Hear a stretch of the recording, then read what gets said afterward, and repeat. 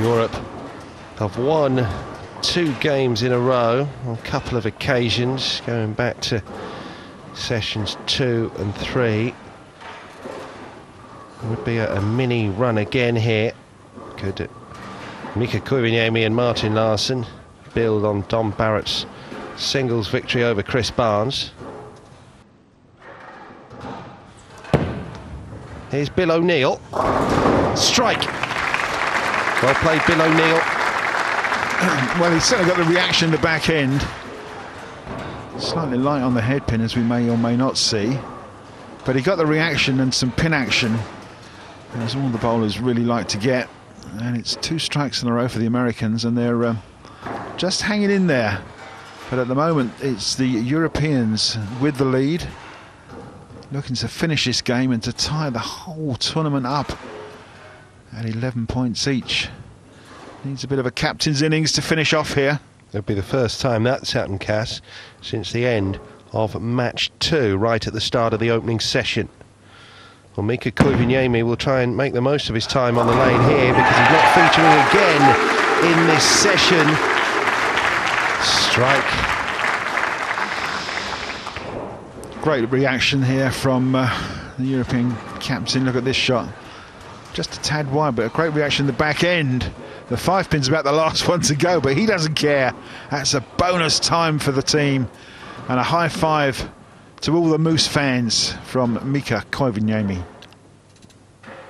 So, that was Europe's 3rd strike in a row. The US looking for the same outcome here. Achieved by Mike Fagan. The Americans get their turkey. Yeah, a bit of a Thanksgiving Day type strike there for Mike Fagan. 3 in a row, that's the situation. Just that one open frame, which has caused so much damage to the total score. And it may well be that that is the frame that could potentially lose this game for Team USA. Got to keep striking, got to keep going and stay with it. Martin Larsen is up next in the singles against the man who's just sat down, Mike Fagan. With 3 strikes in a row, make that 4 strikes in a row. Martin Larsen with the fist pump. Europe in command of this doubles match. Yes, indeed, Andy, and this is a great looking shot. It carries all 10, makes 4 in a row, and it looks as though the Team Europe boys, the doubles, will take this game if they can just stay clean with it. The real deal. Finally getting those 2 on the right, tumbling the 9 and the 10, but leaves the spare for Mike Fagan to polish off. Slipping away from the United States here. Game, that is. Yeah, big disappointment on Bill's face. He can't believe the reaction he's getting off this lane. Leaves the 4 and the 7. And woohoo! Mike Fagan just about spares it. But this game is slipping away, as you can see there. Maximum score drops to 215 with that spare. And I'm going to suggest that this one is all over. This will be a victory for Team Europe to square the whole tournament up. Thanks to the bowling of these 2 guys, and especially Mika here playing the captain's role. Europe's foundation frame. Strike time! 5 in a row. Another blue mark on the board, crucially. And we are looking at the equaling up of the scores in Weber Cup 2013 here. Yes, looking at that European score, 2 9 spares in there. How close is this going to be to a 300 game? Perhaps. Bill O'Neill, nothing, I'm afraid. Can't make the pocket, can't carry 10. So again, it can only be a spare that Fagan's going to have to take. Spare and strike, and then it can only make 204. They know it's all over.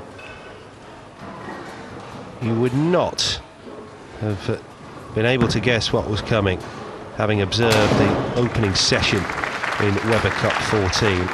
when Europe weren't really at the races after they won the opening Baker. They lost 5 singles on the spin, but since then it has been nip and tuck. They're on the verge of taking a 3-1 lead in this session. Yes, sympathetic applause for Bill O'Neill, who finishes with a 7-10 split in the pocket, which sums up the form that he is kind of having just at the moment. Fagan doesn't have to bowl it, but Bill O'Neill's gone to the restroom, put his feet up, and well, that was just a crazy shot, wasn't it? Just to finish off.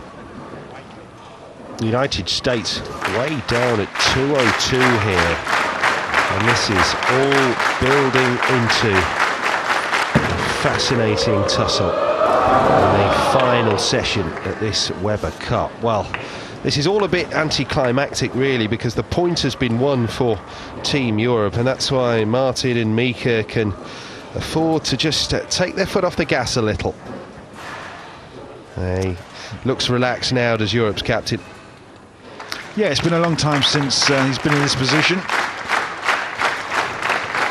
Squaring up the series so far, and it will be 11 points each. Yeah, terrific stuff there from Mika. One to interact with the crowd inside the Barnsley Metrodome, although we haven't seen that famous Moose celebration for a while. I think, well, he'll say saving it for tonight's session, the business end of this competition.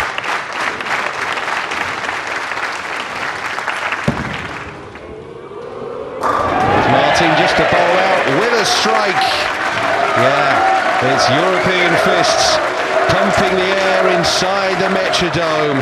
We are all square in Weber Cup 14. Look at that, 11 blue points, 11 red points. It is all to play for in Weber Cup 14. It is indeed. I'm with the European team here who've just won another crucial point. Miki, you're now level. How good does that feel after what happened on Friday? It feels really good, but we need to keep going. Match is not over. We still need to win matches and keep focus and throwing good shots. Is that your message to your team? Don't get too excited. There's a long way to go. Yes, that's the message. We have to take a frame, every shot on time, and making good shots. And Martin, you're back next on this lane. Presumably, that's a good thing, is it, playing again when you just played well? For sure, yeah. So now we're level for the second time, and we're going to try to take the lead for the second time. Martin, Mika, well done. And will they take the lead for the second time? The Europeans are like a fine wine. They just get better with age. But will it be a vintage Weber Cup for them? Find out next time.